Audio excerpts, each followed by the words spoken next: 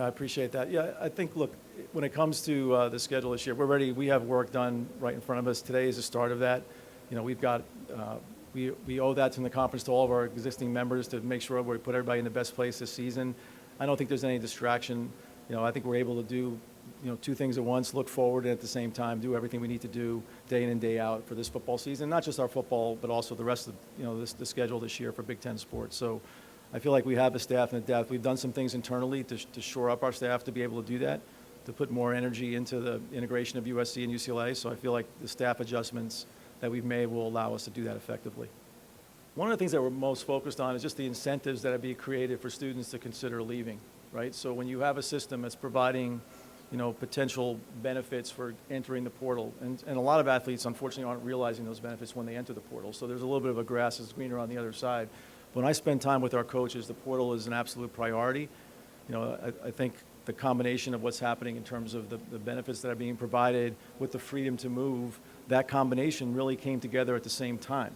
And so you've seen the system now operate together, and it's creating all kinds of different incentives that are fueling lots more kids to get there. And I think, when I talk to our leadership, what I get is a real deep concern about what's going to happen with graduation as students move at the levels that we're seeing today. Are they going to, moving credits and major changes? All of those things are important.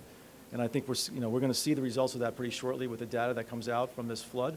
But I think the first thing, the idea is, like, what can you do around the incentives? I think, we need to really spend a lot of time on that. And that's, I think, what our focus is. And that's why, I talk about the difference between true NIL and NIL that really is NIL. We've got to do a better job of explaining what each thing is, right? And they're two very different things.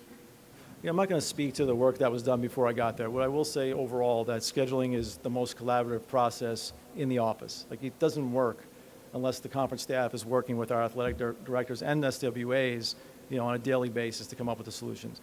There are historic things that get carried forward in every conference: who you play, when you want to play. And those things are all there, and we respect those.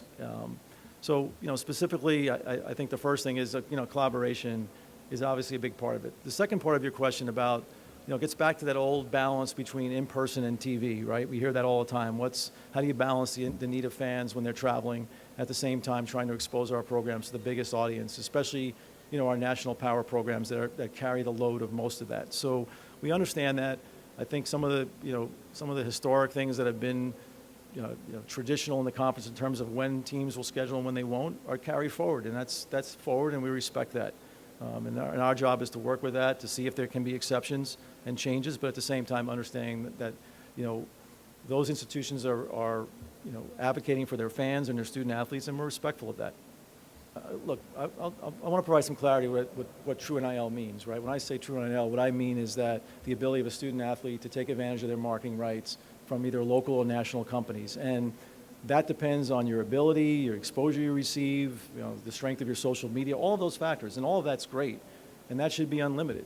What we're seeing, though, is a sense of, because there's been this sort of lack of enforcement around traditional things like inducements for pay-for-play, we're seeing money move in different places, and it's away from our member institutions. So I think what we can do is, number one, we have very long-standing rules to address this, and we need to have the ability to enforce our rules.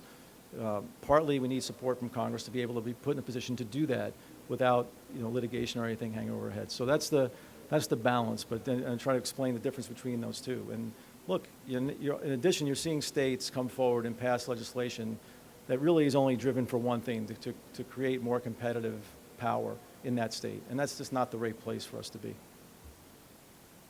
Yeah, I've spoken with Derek a few times, and I think, our focus has been on moving forward, what they're doing, keeping me informed about the investigations and what they're doing on campus. With respect to Coach Braun, we've been able to connect. My first outreach was to congratulate him on the opportunity. Obviously, it didn't happen the way I'm sure he envisioned in terms of becoming a head coach at this level, but at the same time, I wanted him to know that we're here to support him going forward.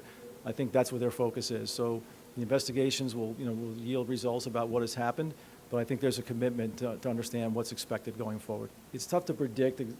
What I will say about that is I think there's a commitment to understand that student athletes can and be entitled to additional benefits. What that form that takes, how that's tied to academics, all of that needs a lot more discussion. I don't want to predict on when that could happen in terms of a time frame. There's a lot of discussion about what future miles can be. And I think the understanding among at least my colleagues is that we've got to consider, lots of different changes to the system, while at the same time encouraging the true NIL to keep happening.